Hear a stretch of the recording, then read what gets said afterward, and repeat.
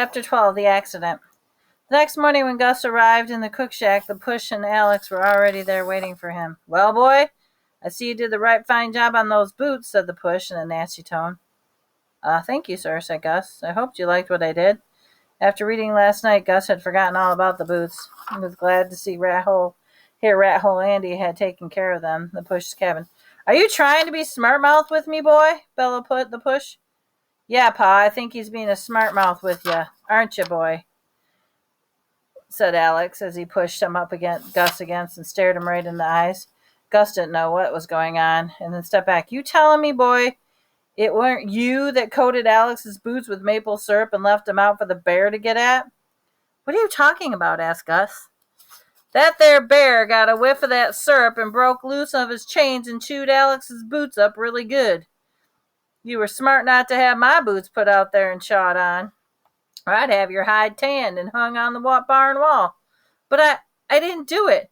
"No, you don't do nothing wrong, do you? Nothing's ever your fault, is it, boy?"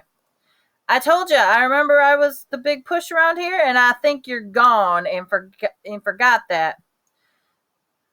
"I didn't do it," interrupted Gus. "Rat Hole, I read a story, and, yeah, boy, I think you're telling a story now, that if Rat Hole got word that you were blaming him, he'd do worse than what I'm going to do to you. But boy, I want you to finish the day out of the supper, and I want you to take a long walk out of camp, and I ain't never wanting to see your face again, you understand? I tried to help you out, being that you were a boy like my own. Then I tried to help you 'cause Tommy here took a liking to you, but there's no excuse for this prank. I want you out tonight." Alex stood with his arms folded across his chest and grinned at Gus. After the Push left, Alex walked over to Gus and said, "This ain't finished yet, Mr. Reading Man." Alex went into the kitchen and left Gus standing alone.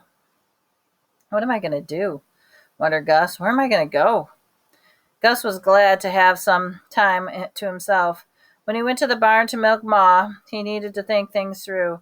When he returned to the cook shack, he spent the rest of the morning avoiding Alex as much as he could, and Alex was always hanging around Addie, so Gus couldn't talk to her about what had happened. At dinner time approached, Gus thought they would be able to talk with Tommy when they loaded the wagon. Maybe he could help him some way, but when the clanking of the wagon came from the barn, Gus started carrying baskets out the back door, wait for Tommy. Tommy pulled Dick and Jane around and jumped down from the wagon seat. "There you are, boy. I wanted to tell you that the men are right fond of you this morning for the story reading you'd read to them last night. If I heard it once, I've heard it a dozen times that you've got talent for books." Tommy smiled so big his mustache rolled in flat to his nose. Gus silently put the baskets in the back of the wagon and walked over to Tommy. "What's bothering you, boy? You look like you lost your friend." Tommy was surprised when Gus told him what happened. "You know, boy, since it has started to snow, I can tell you the boss. I'm going to take the rig out tonight to get the boys used to the white stuff. I can get you into the settlement if I drive all night. I can be back around sunup." Gus's eyes filled with tears, and then his head dropped low. Just then Alex came out of the cook shack with his arms full of baskets. "Hey, boy, you still have the day to work to pay for my boots. Get on and move on, or I'll tell my pa." "You button your lip, you troublemaker," responded Tommy. "If it weren't for you—" "Tommy," snapped Addie, who stood at the doorway, "the food's getting cold. Lend me a hand."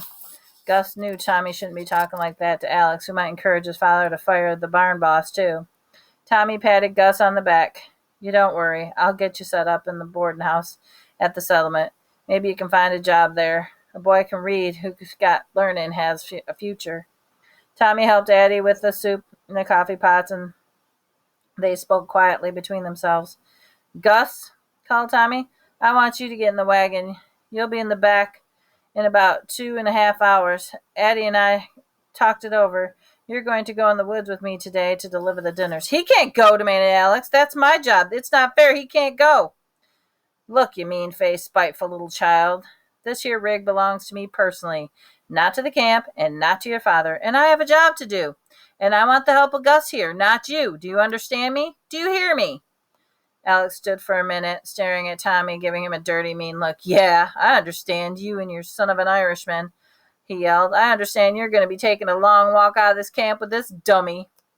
Alex stormed in the direction of the camp office. "Tommy," said Addie, "you shouldn't have talked that way to the boy. You know his father will have your job." Addie, there comes a time when a person has to stand up for what he believes is right in this world. And Addie, my girl, I thought it was my time to stand up. Addie smiled proudly at Tommy for what he had done. Just then, Alex came stomping across the yard, and his father bellowing. Tommy, bellowed the push. I hear we have another problem concerning this boy. No problem, sir, said Tommy. I just felt I had to say my mind, and I want the boy to see the cutting ground since he has to be leaving the camp. Leaving, I might add, because your prank was no fault of his. Now, why on God's earth would you want this boy to see the cutting ground? There will be no chance for this boy to ever work in a lumber camp again. Word travels fast around troublemakers, and nobody wants one around. That's for sure, said Addie as she stood in the kitchen door listening. You be minding your mouth, woman, and get back to work, shouted the push. But, sir, the boy, said Tommy. There's no buts about this, Tommy. And furthermore, I think these two youngins still have something to settle between them. Tommy, I want Alex to take your rig to deliver the dinners, and I want Gus to go along with him alone.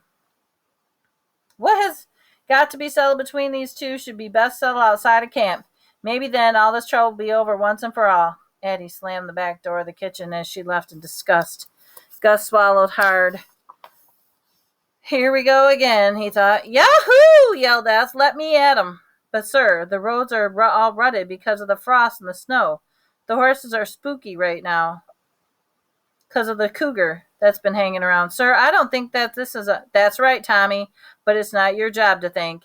It's only your job to take orders. Now, if you can't do what you've been told, then maybe you and your team better leave camp with the boy tonight. Besides, you're always bragging about how smart those horses are.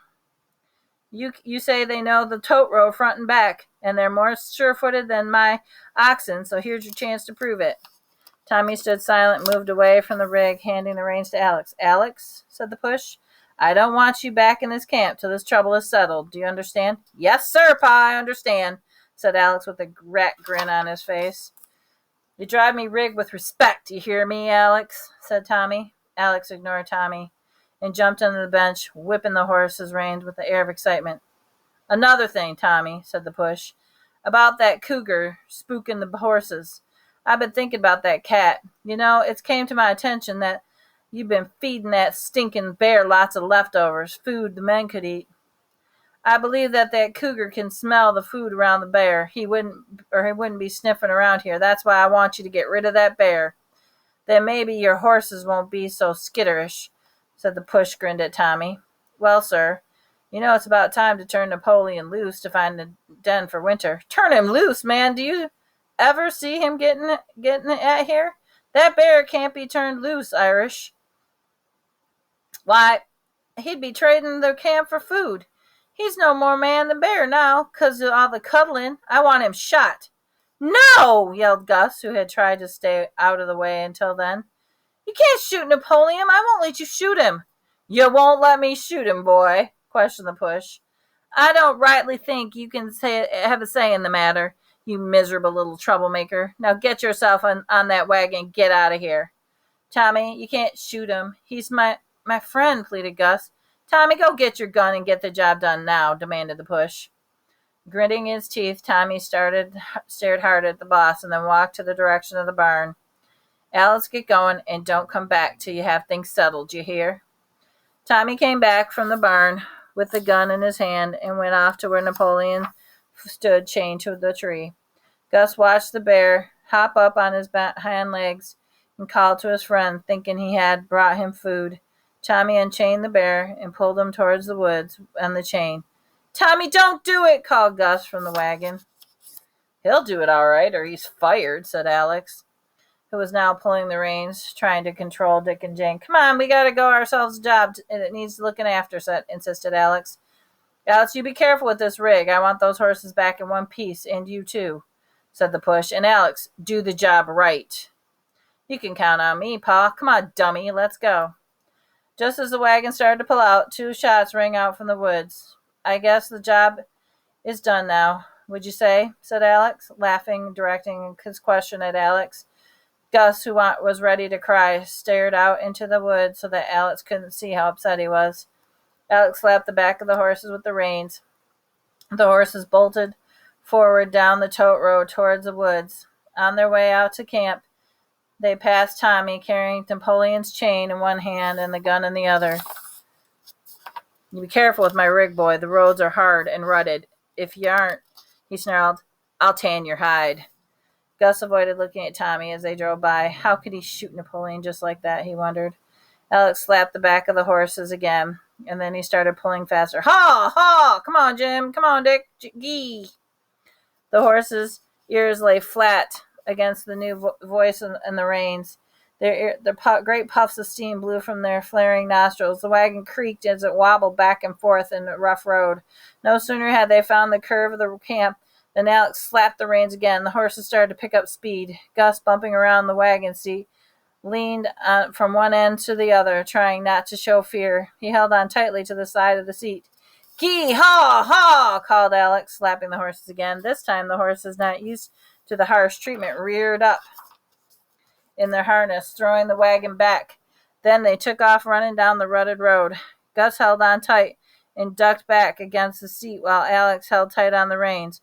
The food baskets and pots of coffee in the wagon slammed against each other. Soup sloshed out, and Gus, holding on tight with one hand, reached the back of the coffee pot from spilling. Just then, from out of the woods, something dashed in front of the wagon. The horses swerved and reared up their harnesses, pawing at the sky and screeching in fright. The wagon was wrenched and thrown over on its side.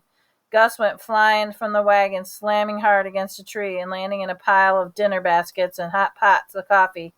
And he had tried to hold the wagon, scalding him as he spilled out of his hands. Gus was hurt and shaken. His hands were red and burned from the hot coffee lying on the ground. For a minute, he tried to collect his thoughts. He could feel a goose egg forming on the back of his head, and then when he hit the tree. Feeling a little dizzy, Gus struggled to get to his feet, and then finally caught his balance. He looked around. What a mess. The wagon was on its side. The wheels were still spinning. There were boxes of baskets and pots of food everywhere, but Alex was nowhere to be seen. The horses, Dick and Jim, lay on their sides, still chained to the wagon, kicking and whinnying and struggling to get to their feet. Gus watched them, wondering if they were injured. "Gus, Gus, help me, I can't move," cried the voice was Alex. Looking around the wreckage, Gus found Alex with his foot pinned against the wagon near the rear seat. "The horses! Stop the horses from moving!" cried Alex. "They keep moving the wagon on my foot." So Gus limped in front of the wagon to see what he could do. The horses were wildly trying to pull free, but they seemed to be okay. "I've got to help them," thought Gus. So he could see the harness chain still attached to the large bolt in the wagon tongue. Crawling into the wreckage behind the kicking horses, Gus unclipped the horses' chains with the scalding hands, allowing them to free themselves.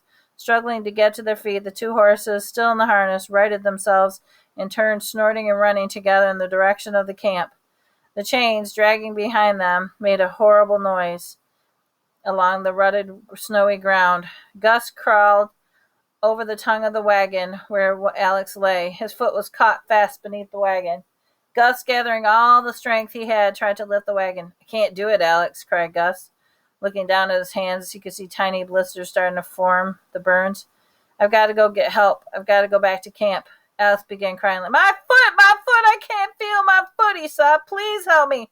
I'm going to die. Help me." Just then, out of the corner of his eyes, Gus saw something move cautiously through the woods, turning slowly in the direction of the movement. He could see it was the cougar. That's what scared the horses, thought Gus. The cat now called out in a ferocious snarl, hissing at Gus. When he looked at his direction, standing very still, Gus watched the cat. Alice began moaning loudly. "Gus, Gus, you gotta help me. I can't feel my foot. Gus, if you help me, I'll tell it was my fault. I'll tell about the fight. I put the syrup on my boots so that the stupid bear would eat them and you'd get kicked out of camp. I'll tell him everything." The cougar, crouching in the woods, stared at Gus, but kept its distance. Then it began to pace closer, move closer, and slinking from behind one tree to the next. "Gus! Gus! Did you hear me?" "I'll tell them everything. Go get help," hollered Alex. The cat, in a low, deep pitch, began to growl as Alex yelled louder and louder. "Alex, shut up! The cougar's out there," said Gus. Gus picked up a rock with a blistered hand and threw it as well as he could into the woods towards the cat. Gus, where is it?" urged Alex. "Alex, you better be quiet before the cat comes over here and eats you." Gus searched the woods, looking for the cougar. It had disappeared. He listened for the cat's growl. There was nothing but silence. Then, from behind a tree, Gus could see the cat's long tail whipping back and forth, just like Betty's tail switched before she nailed him in the bunkhouse. The cougar poked its head out from behind the tree. Its ears were flat to its head, and its yellow eyes staring wide around at Gus. Slowly it began to circle the wagon, slinking and swishing its tail. Alex tried to lift himself to look for the cat. Unable to, he dropped back. "Gus!" he begged. "Gus, get me out of here!" "Shh!" whispered Gus as he watched the cat. "Lie still." For a moment, Gus had forgotten about his blistered hands and about his head, and pounded from the goose egg bump. He tried to distract the cat by throwing another rock. Taking aim, he threw the rock, which slammed up against the tree. A thud echoed in the woods. The cougar moved from its position by the tree and circled even closer to the boys, roaring out a great call that sent chills down Gus's spine. "It's going to eat us," yelled Alex. "It's going to catch us and eat us." Gus, who was not sure what to do, stood frozen and afraid even to breathe in case the cat decided to lunge. "Please, please, someone help," thought Gus. "Please." Just then, Gus thought he heard something in the woods. The sound seemed to be coming from behind the cougar. Maybe the men from the cutting grounds had heard them. Gus hoped. The noise came closer and closer, as if someone was crashing slowly through the woods. The big cat turned and hissed, but Gus couldn't see who it was.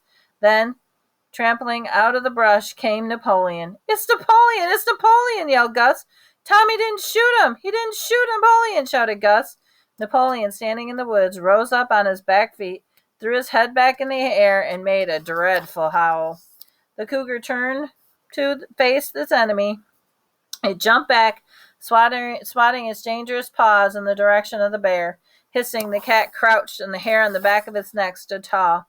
With its back arched, it walked sideways around the bear, not taking its eyes off Napoleon for a second.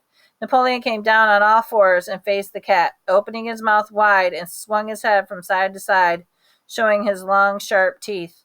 Napoleon growled in a tone Gus had never heard before. It was deep and it was threatening. The cougar, with his ears flat, recoiled and turned, running off into the woods as fast as he could. "All right, Napoleon," cheered Gus. "Napoleon scared the cougar away," Gus yelled to Alex. Alex, who was terrified, lay on the ground with a dazed look in his eyes. Just then, a shot rang out in the woods. Gus could see the men running down the tote road from the camp. "Look, it's Tommy and the men," shouted Gus, swinging his blistered hands in the air. Tommy was the first one to reach the boys, and he grabbed Gus and gave him a hug. "You all right, boy? You had me scared half to death when the horses came back in the barn without you. It was a smart thing to do, turning those horses loose. They came right to me. I knew there was trouble. Are you all right, boy?" "I'm all right, but Alex, he's got caught under the wagon." And the cougar, it came out of the woods, and Napoleon. Tommy, you didn't shoot Napoleon. He came out of the woods and went after the cat. He saved us, Tommy. He saved us both. Napoleon saved us." The men looking towards the wood could see that Napoleon, who stood on his back legs, sniffed the air watching them. Then, as if he understood that everything was fine, he turned around on fours and loped back into the woods. The push, who joined the men, helped lift the wagon off Alex's foot. "Pa, that bear Napoleon, he saved us. And Gus, he kept throwing rocks at that big cat, trying to scare it away. That cat could see me, Pa. He was coming after me, and Napoleon and Gus, they both scared the cat away." "Well, Irish," said the push, "you just didn't have the guts, did you, sir? You didn't have the guts to follow orders and kill that bear like I told you, did you?" "No, sir," responded Tommy, "and I'm glad I didn't." "You're a good man, Tommy, me boy. You're a good man." The push reached out and slapped Tommy across the back. "Boy," said the boss, turning to Gus, "that there bear friend of yours will always be welcome at camp for a handout, won't he, Alex?" Alex, who was now free from the wagon, on the ground, rubbed his swollen foot. Pa, there's something I gotta tell you, Pa. You know that when the men got into the fight?" "Not now, boy," said the push as he bent down and picked up his son in his arms. "We got to get this foot tended to, then we can talk. Boy, for helping the son here, I guess it's all forgiven. It might be best, though, that you go help Tommy in the barn from now on. You and Alex just don't seem to get along." "Ain't that right, son?" said the push, just directing his question at Alex. Alex didn't say anything more as his father carried him back to camp. "You know," said Tommy, turning to Gus, "if you hadn't turned those horses loose, there's no telling what would have happened to you, boy. You done good today. You done real good." "It was Napoleon, Tommy. He saved us," said Gus weakly. Gus was starting to feel dizzy, and he needed to sit down. Tommy could see how badly Gus's hands were blistered, and he knew he was in no condition to walk back to camp. Scooping him up over his shoulder, Tommy carried the young friend back to the camp.